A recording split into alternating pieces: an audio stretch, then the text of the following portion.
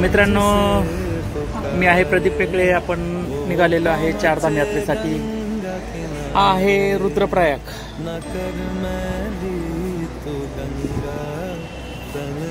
दोनही नद्यांचा संगम आपण या ठिकाणी बघू शकतो.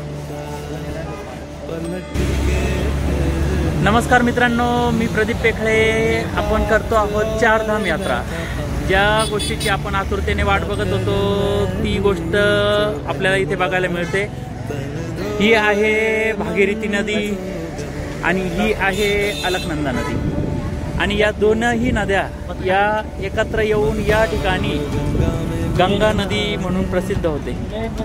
ज्या गंगा नदीला संपूर्ण भारतामध्ये अत्यंत पवित्र मानलं जातं असा हा संगम आपल्याला या ठिकाणी बघायला मिळतो.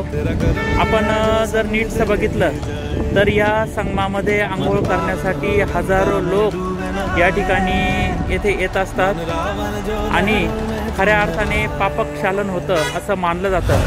असा हा अत्यंत महत्त्वाचं ठिकाण आपण या व्हिडिओमध्ये बघू शकतो. खूप सुंदर आहे.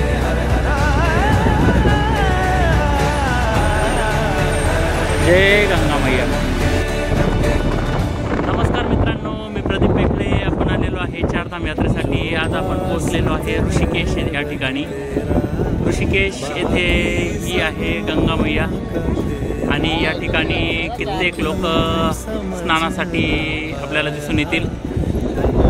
या ठिकाणची मंदिरं अत्यंत सुंदर आणि लोकसवाणी आहे.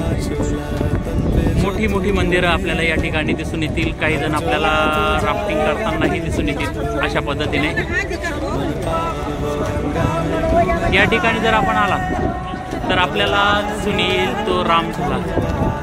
त्या ठिकाणी अशा पद्धतीने हा झुला बनवण्यात आणि कित्येक लोक प्रवास करतात आणि दोनही बाजूंचा आनंद घेतात. हे ठिकाण राफ्टिंगसाठी प्रसिद्ध आहे. आपण बघू शकता.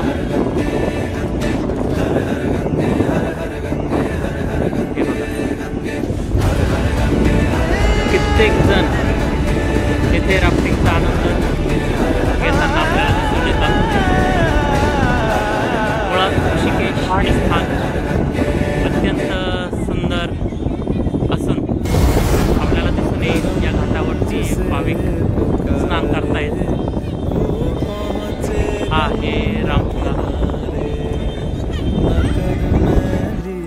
तो गंगा तन धोए मन तो गंदा, पलट के फिर नानी बोली बात और बहता पानी. न कर मैली तो गंगा तन धोए मन तो गंदा.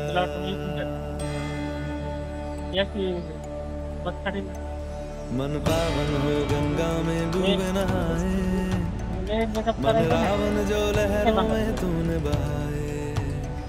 जो चला गया वो लौट के फिर न आए, तेरा कर्म ही है जो संग तेरे ही जाए. मन पावन हो गंगा में डूबे नहाए, मन रावण जो लहरों में तूने बहाए.